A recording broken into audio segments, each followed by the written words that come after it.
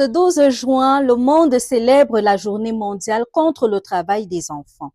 Une occasion de rappeler qu'à travers le monde, des millions d'enfants sont encore privés de leur droit à l'éducation, au loisir et à une enfance épanouie, parce qu'ils sont contraints de travailler. Cette journée nous invite à redoubler d'efforts pour protéger les plus jeunes et leur garantir un avenir meilleur. Dans le reste de l'actualité, politique, économie, société, sport et culture ont également marqué cette semaine. L'essentiel à retenir, c'est maintenant. La deuxième session ordinaire de l'Assemblée nationale s'est ouverte le 9 juin 2026 à Yaoundé.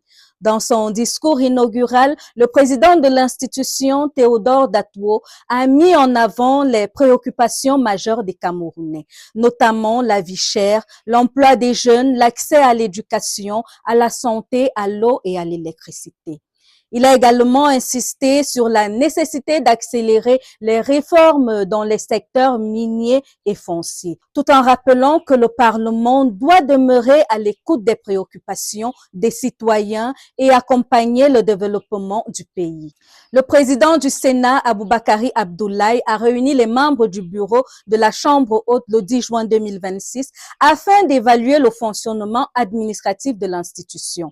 Les échanges qui ont duré plusieurs heures ont permis d'examiner les principaux dossiers liés à la bonne marche du Sénat. Cette réunion intervient au lendemain de l'ouverture solennelle de la deuxième session ordinaire de l'année législative 2026. Le Conseil constitutionnel examinera le 17 juin prochain le recours introduit par le MRC contre le décret présidentiel prorogeant jusqu'en février 2026 le mandat des conseillers municipaux élus en 2020.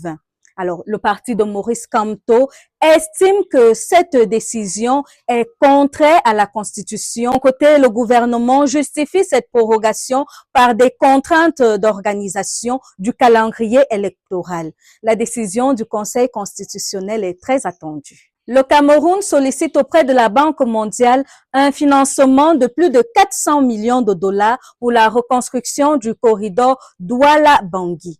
Le projet concerne notamment le tronçon Yaoundé-Edeya et l'entretien de l'axe Yaoundé-Ayos-Bonis-Garoua-Boulaye.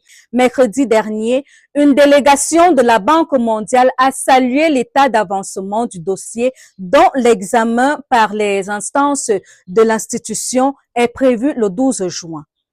Ce programme vise à renforcer les échanges commerciaux entre le Cameroun et la République centrafricaine et à soutenir l'intégration économique en Afrique centrale. Le ministre des Mines, de l'Industrie et du Développement technologique par intérim, Fou Kalitus Djenkri, a reçu une délégation conjointe ONUDI Magzi le 10 juin 2026 à Yaoundé. Les échanges ont porté sur les préparatifs de l'atelier consacré au renforcement de l'attractivité et de la compétitivité des zones industrielles camerounaises. Prévue le 11 juin, cette rencontre visait à soutenir la mise en œuvre de la stratégie nationale de développement 2020-2030 et à favoriser une meilleure intégration du Cameroun dans la zone de libre-échange continentale africaine. L'usine Simencam de Figuil à l'arrêt depuis le 4 juin en raison des difficultés d'approvisionnement en électricité dans le nord du Cameroun pourrait reprendre progressivement ses activités. Alors, reçu par le ministre de l'Eau et de l'Énergie mercredi dernier, l'entreprise a obtenu l'assurance que les solutions sont à l'étude pour rétablir une alimentation suffisante. Le gouvernement mise également sur le renforcement de la production énergétique, notamment à travers les centrales solaires de Maroua et de Guidère, ainsi que le projet d'interconnexion électrique entre le sud et le nord du pays. L'hôpital central de Yaoundé a organisé les 10 et 11 juin 2026 des journées portes ouvertes dédiées à la lutte contre le cancer. L'objectif était de sensibiliser le public à l'importance du dépistage précoce et de mieux faire connaître les services de prise en charge disponibles. L'événement s'est achevé par un symposium scientifique consacré aux avancées en chimiothérapie et à l'amélioration de la prise en charge des patients. Le président par intérim du Comité national olympique et sportif du Cameroun, Grégoire Owona, a effectué une visite de travail au siège du Comité international olympique à Lausanne, en Suisse. Grégoire Owona et son équipe ont assisté à une séance de travail qui portait sur le renforcement de la gouvernance du CNOSC et l'évaluation des programmes de la solidarité olympique, dont les résultats ont été jugés satisfaisants. Le responsable camerounais a également présenté les préparatifs de la cérémonie d'hommage au colonel Ahmad Kalkaba Malboum, prévue du 28 juin au 4 juillet 2026.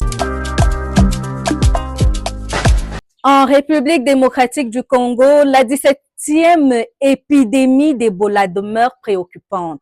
4 semaines après sa déclaration officielle dans la province de l'Ituri, à l'est du pays, le Centre africain de contrôle et de prévention des maladies, Africa CDC, estime que la situation est encore loin d'être maîtrisée. Selon son directeur général, Jean Kazeya, le virus continue de se propager. Les autorités sanitaires recensent à ce jour 676 cas confirmés et 136 décès. Face à cette évolution, les efforts de surveillance, de prise en charge des malades et de vaccination restent intensifiés pour tenter de contenir l'épidémie. Mercredi dernier, le président de la FIFA, Gianni Infantino, a réagi à l'expulsion de l'arbitre somalien Omar Abdulkadir Artan des États-Unis, estimant que cette situation était malheureuse, tout en rappelant que la FIFA ne contrôle pas les procédures d'immatriculation des pays hôtes. Rappelons-le, désigné meilleur arbitre africain en 2025, Omar Artan a été refoulé à son arrivée aux États-Unis malgré un visa valide. De retour en Somalie, il a été accueilli en héros à Mogadiscio et a reçu le soutien des autorités somaliennes. Le Mexique a parfaitement lancé sa fête du football en dominant l'Afrique du Sud dans un match d'ouverture de la Coupe du Monde jeudi 11 juin au stade Azteca de Mexico. Une victoire 2-0 méritée contre les Bafana Bafana sans solution qui ont joué presque toute la seconde période en infériorité numérique avant un festival de cartons rouges en fin de match. La Turquie a appelé l'Iran et les États-Unis à mettre fin à leurs attaques mutuelles. Alors que les tensions continuent de s'intensifier au Moyen-Orient, après une nouvelle série de frappes américaines contre des installations militaires iraniennes et les ripostes de Téhéran contre des bases américaines dans la région, la nuit de jeudi dernier, les autorités turques estiment que seule la voie du dialogue et de la diplomatie permettra de rétablir la stabilité dans la région.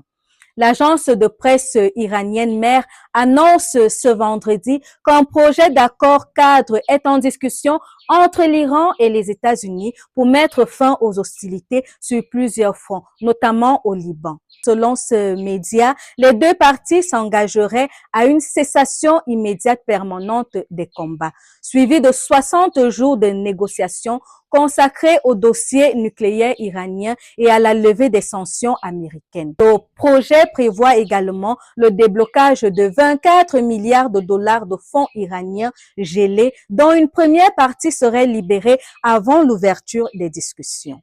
Aucune confirmation officielle n'a toutefois été donnée par Washington ou Téhéran. Donald Trump a renoncé hier aux frappes contre l'Iran qu'il évoquait plus tôt dans la journée. Il affirme désormais qu'un accord pourrait être signé ce week-end en Europe. Téhéran dément toutefois qu'un accord final soit prêt et assure qu'aucune décision définitive n'a encore été prise.